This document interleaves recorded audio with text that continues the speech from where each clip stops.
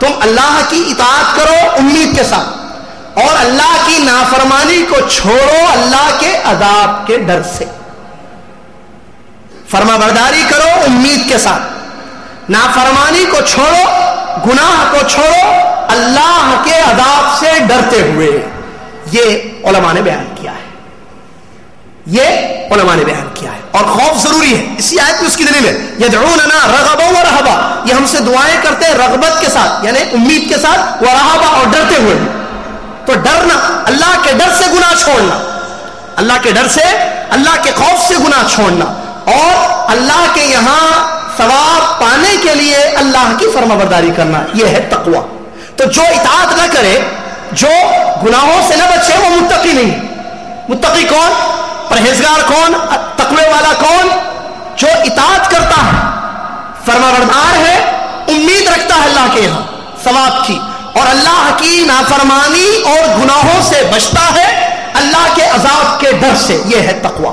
تو کسی نے دوسرے انداز سے سمجھایا, تقوی کی مثال ایسی ہے جیسے کہ تم کسی راستے سے جا رہے ہو, اور راستہ کانٹے دار راستہ ہے, دائیں بائیں رائٹ لیفٹ کانٹے ہیں پورے. اب تم کیسے جاؤ گے وہاں سے؟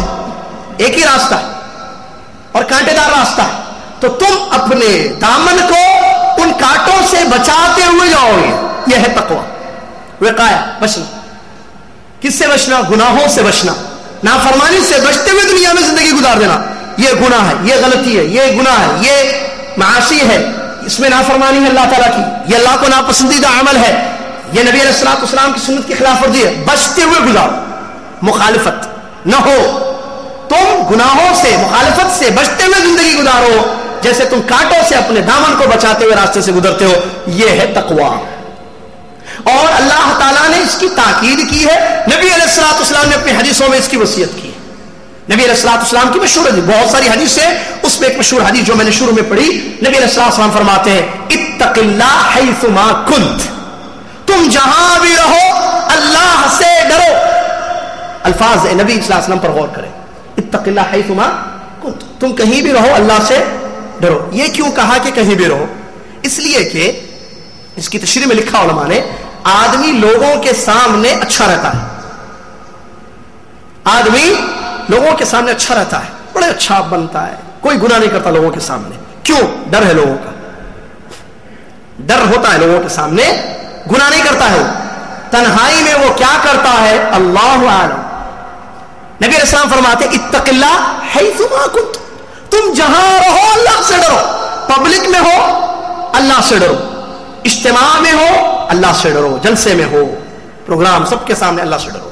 تنہا ہو, کوئی نہیں دیکھ رہا ہے, لیکن تمہاری توحید ہے نا, تم نے لا الہ الا اللہ پڑھا ہے, اور اللہ کے اسماء و صفات ہے, اور اللہ کے اسماء و صفات میں سے ایک صفت یہ ہے کہ اللہ علیم ہے, اللہ خبیر ہے, اللہ بصیر ہے. مانتے ہیں نا؟ توجہ میری طرف دیں, مائک کی طرف نہ دیکھیں. علیم اور خبیر اللہ کی صفت. تو ہم تنہا ہو تو دنیا تو نہیں جانتی, دنیا نہیں دیکھ رہی ہے, لیکن اللہ نہیں دیکھ رہا ہے, تو پھر تقویٰ کہاں ہے؟ لوگوں کے سامنے ڈرے اللہ سے, تو تنہا میں بھی ڈرو, تنہائی میں. اتق اللہ حیث ما کنت, تم جہاں بھی رہو اللہ سے ڈرو.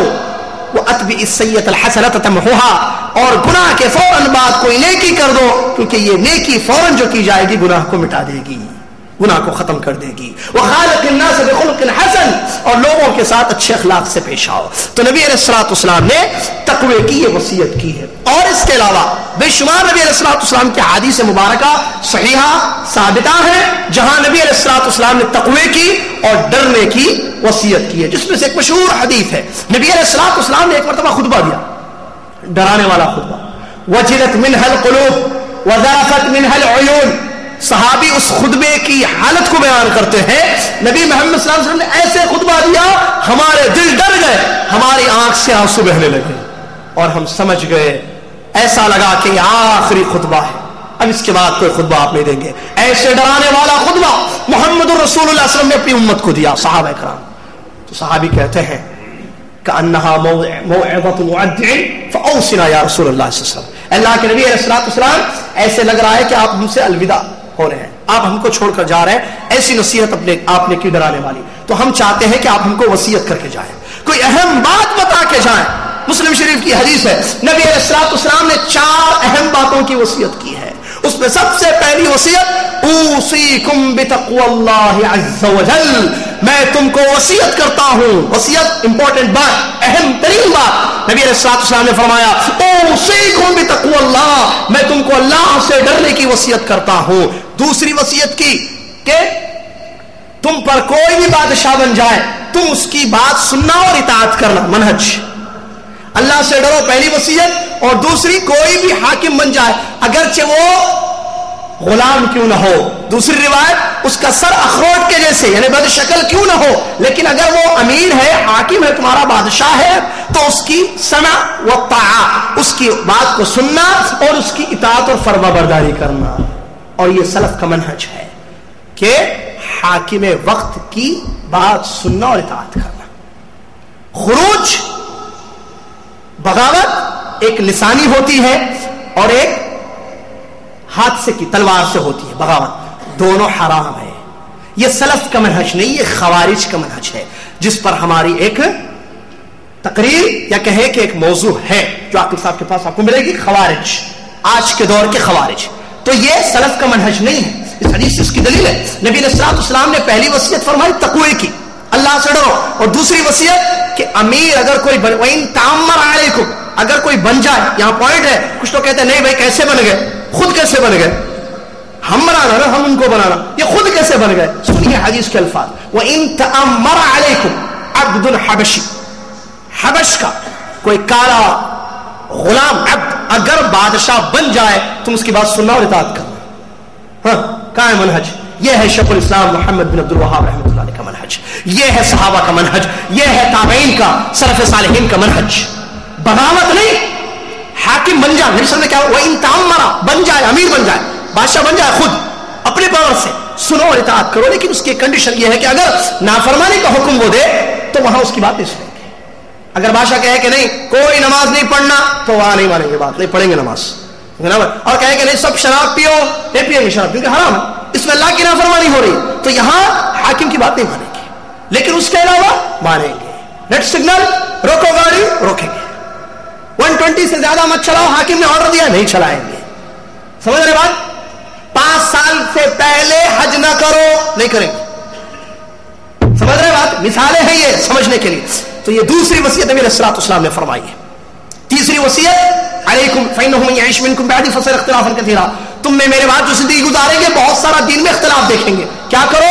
مشہور حدیث ہے، سنے ہوگا، تم میرے طریقے کو، میرے بعد کے خلفاء صحابہ کے طریقے کو مضبوطی سے، جیسے جبڑے کو استعمال کر کے کوئی کسی چیز کو توڑنے کے لیے جبڑوں کا استعمال کرتا ہے، اس طریقے سے اختلافی دور میں مضبوطی سے میری حدیث پر تھمے رہنا، جامے رکھنا، اس کو ہاتھ سے جانے نہ دینا، میرا طریقہ، میرے صحابہ کا طریقہ. اور چوتھی وصیت فرمائی کہ بدعتوں سے اپنے آپ کو بچانا.